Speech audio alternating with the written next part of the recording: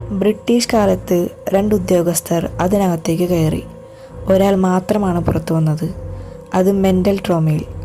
ആള് പറഞ്ഞത് അകത്തൊരു വെള്ള വസ്ത്രം ധരിച്ച സ്ത്രീയെ കണ്ടുവെന്നും ഞാൻ പിന്തുടർന്ന് അകത്തേക്ക് നടന്നു, പിന്നെ വഴി തെറ്റിയെന്നുമാണ്.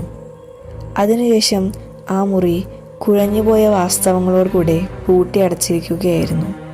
പക്ഷെ 2001 2 കോളേജ് വിദ്യാർത്ഥികൾ ട്രൂത്ത് ഡെയർ ചലഞ്ച് നടത്തി അതിനകത്തേക്ക് കയറി. അവരിൽ ഒരാളും പിന്നെ മടങ്ങി വന്നില്ല.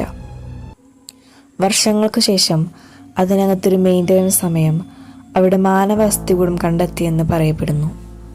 മുഗൾ കാലത്ത് ആ മുറി ഒരു ശിക്ഷാമുറിയായി ഉപയോഗിച്ചിരുന്നുവെന്നും ചിലർ അവിടെ ജീവനോടെ അടച്ചു വെച്ചിരിക്കുന്നുവെന്നും പറയുന്നു. അവരുടെ ആത്മാവുകൾ ഇപ്പോഴും ആ കെട്ടിടത്തിലുണ്ട് എന്നാണ് അവരുടെ പലരുടെയും വിശ്വാസം. നിങ്ങൾക്ക് എന്താണ് തോന്നുന്നത്?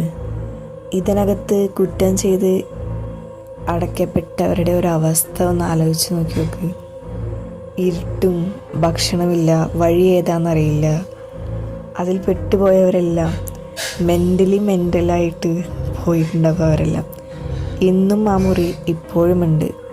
ഇന്ത്യയിലെ ആഗ്ര, ഉത്തർപ്രദേശിൽ ഫത്തേപൂർ സിക്രി എന്ന പാലസിൽ. ഇപ്പോൾ സർക്കാർ അത് പൂട്ടിവെച്ചിരിക്കുകയാണ്. നടപടികളൊക്കെയായി നമുക്കതിനകത്തേക്ക് കയറാൻ പറ്റില്ല. ഇതുപോലെ ഇൻട്രസ്റ്റിംഗ് വീഡിയോസ് ആണെങ്കിൽ സബ്സ്ക്രൈബ് ചെയ്യാൻ ചാനൽ. എന്തെങ്കിലും കമൻസ് ഉണ്ടെങ്കിൽ ഡൂ ബിലോ.